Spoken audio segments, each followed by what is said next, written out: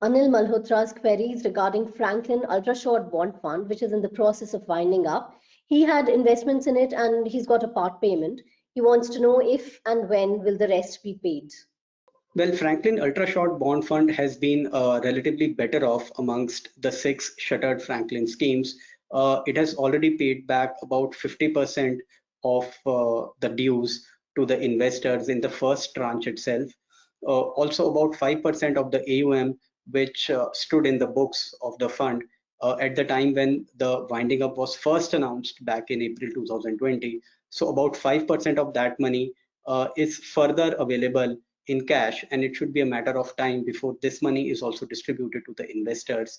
Now, as per the repayment schedule disclosed by the fund company, going by the normal maturity dates of the bonds that are held in the portfolio, about another 35% might be realized until April 2022. So another 35% investors can expect to get back in the next 12 to 14 months, while the remaining 15% will linger on for longer and may take another 2 to 3 years before it can be realized in full.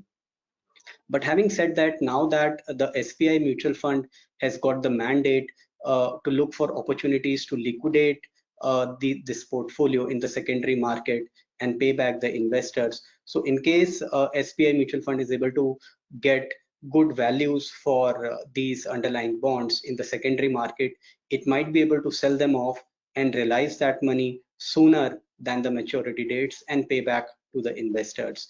But of course, one cannot speculate on that.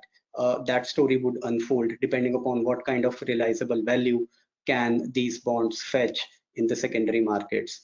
So now what can go wrong in this story? Well, that's if any of the issuers whose bonds are held, they go through a financial stress and they default on their repayments. That is the loss that investors would have to bear.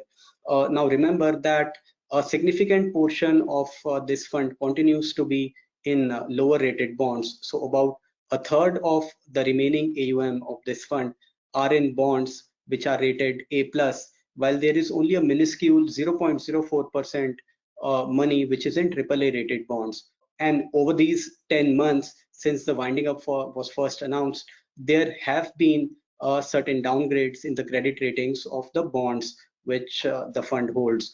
And if there are any further downgrades to the credit ratings, then it will also adversely impact the realizable value of these bonds in the secondary market.